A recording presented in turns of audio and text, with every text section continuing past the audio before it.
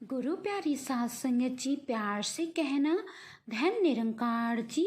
सात संगत जी, आशा करती हूँ कि आप जी बहुत ही खुश और स्वस्थ होंगे। सतगुरु माता जी की रहमतें हमेशा सभी पर बनी रहे। सात संगत जी, आज की जो नई साखी है वो एक सच्ची घटना पर आधारित है। इसे पूरा सुने और साखी कैसी लगी कमेंट बॉक्स में ज़रूर बताएं। तो आइए साखी शुरू करते हैं। सात संगत जी, एक शहर में मनसुख लाल नाम का एक व्यापारी था। इनका बहुत ही कीमती रत्न का कारोबार था। मनसुख लाल का कारोबार दुनिया के कई देशों में फैला हुआ था। वो जिस शहर में रहते थे उस शहर में भी उनका बहुत ही मान और सम्मान था। मनसुख लाल के दो बेटे थे जिनका नाम रामलाल और श्यामलाल था। रामलाल को दौलत और रुतबे का बहुत ही घमंड था, जबकि श्यामलाल एक शरीफ और सुलझा हुआ इंसान था। घमंड के साथ साथ रामलाल में ईर्ष्या और बेईमानी जैसे अवगुण भी थे। समय के साथ साथ मनसुख लाल की उम्र बढ़ती जा रही थी। ऐसे में उनके दोनों बेटों ने कारोबार में पिता का ज़्यादा से ज़्यादा हाथ बटाना शुरू कर दिया। कुछ समय के बाद मनसुख लाल चल बसे और कारोबार का पूरा भार रामलाल और श्यामलाल के कंधों पर आ गया। बड़ा भाई होने के नाते रामलाल ने व्यापारिक फैसलों में अपनी मर्जी की चलानी शुरू कर दी। रामलाल बेईमानी और मक्कारी भरे फैसले लेने लगा। असली रत्न हीरे के नाम पर वो नकली रत्न का व्यापार करने लगा, जिससे उसका मुनाफा बढ़ने लगा और इस मुनाफे से उसका बाकी बचा चरित्र भी काला हो गया। दौलत के घमंड में वो परिवार में अजीब सा ही व्यवहार करने लगा था।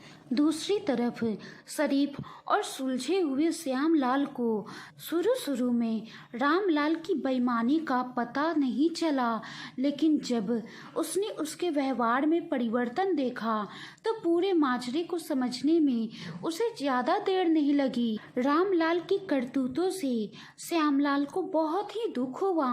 उसने रामलाल को समझाने और सही रास्ते पर लाने की बहुत कोशिश भी की, लेकिन वो नाकाम रहा। उल्टा रामलाल श्यामलाल से खपा हो गया और व्यापार में बंटवारे का बहाना ढूंढने लगा।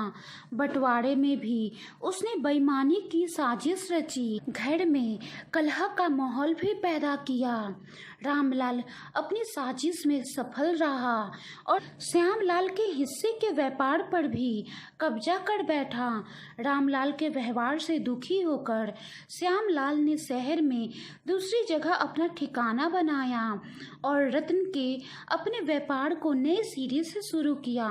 ईमानदारी की नींव पर शुरू हुआ श्यामलाल का व्यापार जल्द ही चल निकला। श्यामलाल अब आगे बढ़ता जा रहा था। एक तरफ जहां श्यामलाल की ख्याति देश और विदेश में बढ़ने लगी, वहीं दूसरी तरफ रामलाल की करतूतों की पोल खुलने लगी थी। नकली रत्न के व्यापार के कारण रत्न बाजार में रामलाल की व्यापार को जोर का धक्का लगा और उसके व्यापार का दायरा भी सिमटने लगा। नौबत यहाँ तक आ गई कि देश विदेश का क्या, अपने शहर का भी कोई व्यापारी रामलाल का नाम लेने से भी तौबा तौबा करने लगा। अब तो नौबत यहाँ तक आ गई कि रामलाल को धन के अभाव में अपना घर, दुकान, सामान तक बेचना पड़ रहा था। जल्द ही रामलाल के हाथ से सब कुछ निकल गया और वो परिवार सहित सड़क पर आ गया। अब रामलाल को अपने किए पर पछतावा हो रहा था, लेकिन उसकी तकदीर ने जो खेल खेल दिया था उससे आसानी से पीछे आना उसके लिए संभव नहीं था।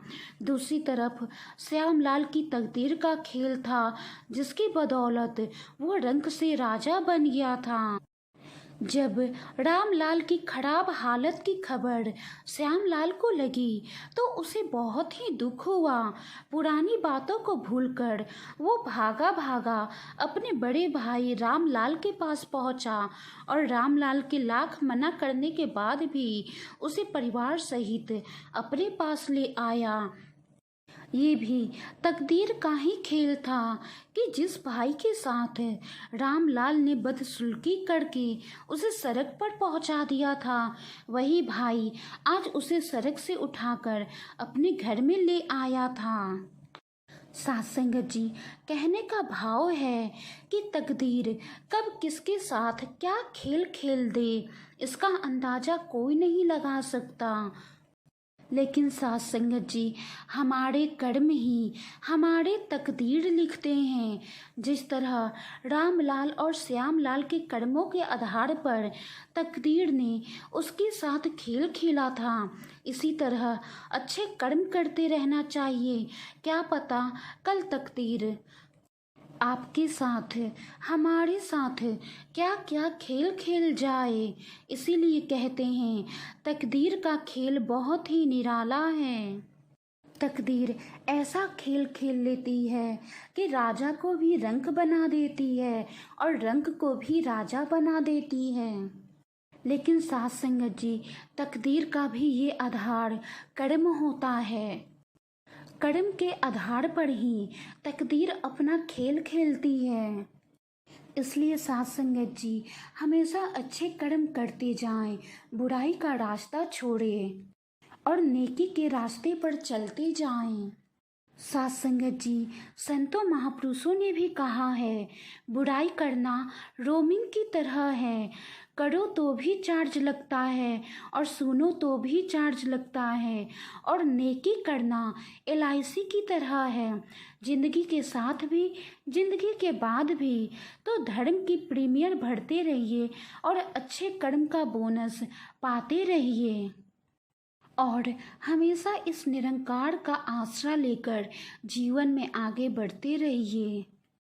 सत्संग जी, वाणी में कोई त्रुटि हो तो बख्श लेना जी। अगली बार एक और नई साखी के साथ मुलाकात होगी। सत्संग जी, साखी को लाइक करें, शेयर करें और कमेंट करें। गुरु प्यारी सत्संग जी, प्यार से कहना धन निरंकार जी।